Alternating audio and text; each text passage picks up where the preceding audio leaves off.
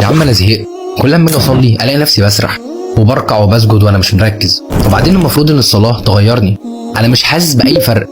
طب استنى كده، خلينا نمشيها واحدة واحدة. هو انت فاكر انك اول واحد يسرح في الصلاة؟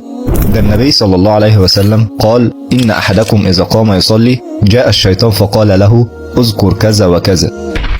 ماشي، بس انا حرفيا ممكن اخلص الصلاه وانا مش فاكر اصلا انا قلت ايه.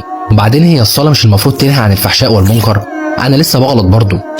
لحظة بس، هو الفرق بين اللي بيصلي وبيحس واللي بيصلي وبيعدي مش في الصلاة نفسها، دي في القلب. يعني انت لما بتدخل الصلاة ايه نيتك؟ بتدخل عشان تؤدي الفرض ولا عشان تقف قدام ربنا وتفضفض وتطلب وتتغير؟ انا بصراحه بقيت بصلي عشان اريح ضميري.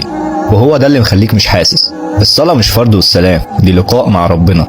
ربنا بيقول: وأقم الصلاة لذكري، يعني مش علشان تمشي الروتين وخلاص. أرأيت الذي يكذب بالدين فذلك الذي يدع اليتيم ولا يحض على طعام المسكين فويل للمصلين الذين هم عن صلاتهم ساهون الذين هم يراءون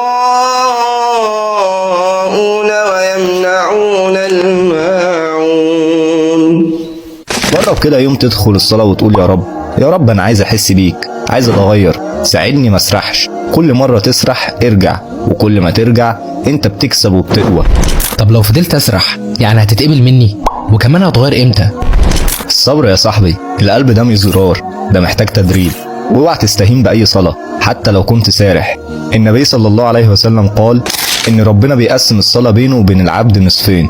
تخيل ربنا بيسمعك حتى وانت مش مركز وبيستناك ترجع. يعني ابدأ منين؟ ابدأ بدعاء قبل الصلاة، خليك صريح مع ربنا وقول: يا رب ساعدني اعيش الصلاة، مش عديها وخلاص. وجرب تقرأ بتدبر حتى لو آية واحدة بس، وشوف تأثيرها على قلبك. الصلاة مش عبء، الصلاة راحة.